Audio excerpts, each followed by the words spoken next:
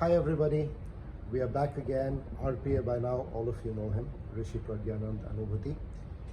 We have some very interesting sessions going, mostly a Q&A.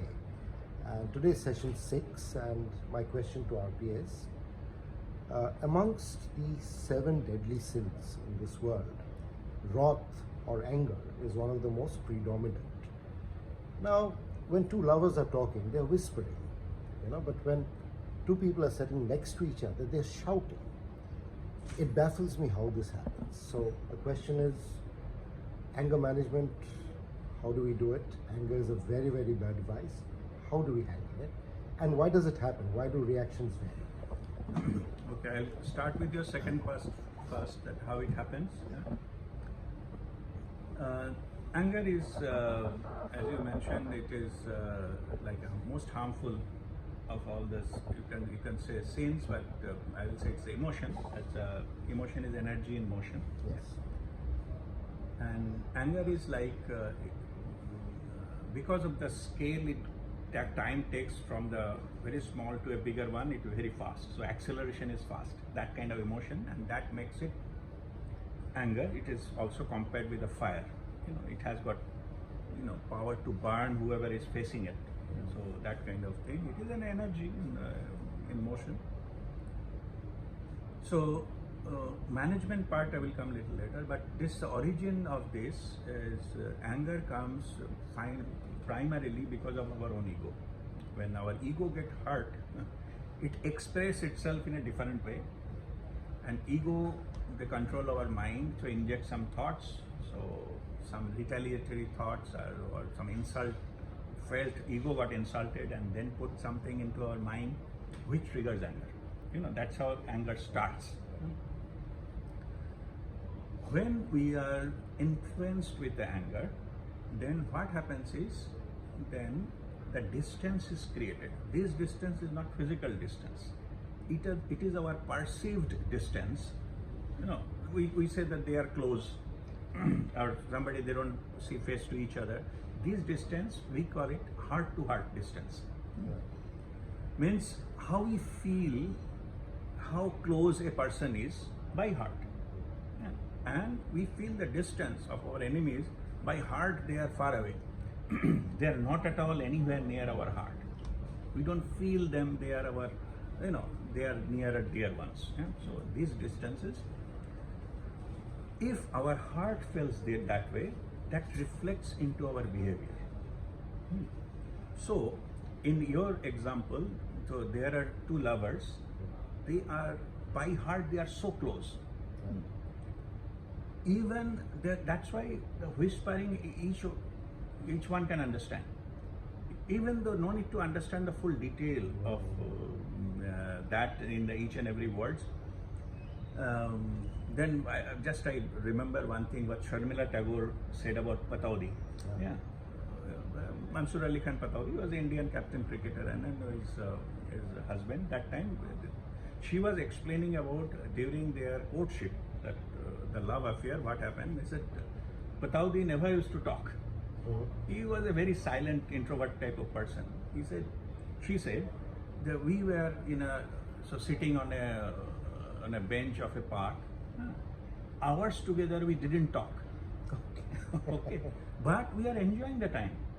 Why I given this example? Because what happens is, even the talking is also not necessary. You can feel. Correct. So that much close you are, whether you are doing something, not doing something, you are entertaining your partner or not, it doesn't matter. That presence itself is good enough because you are so close. This is about that part when we feel by heart somebody is close. Right. But what happens is somebody will, far away. As that we feel that far away, so that also expresses in our behavior. Other one, even silence is good enough. Here, we feel that normal talking will not reach to other person's ear. So our voice we raise. Okay. It is a perceived thing so that we can feel the distance. Okay. Okay.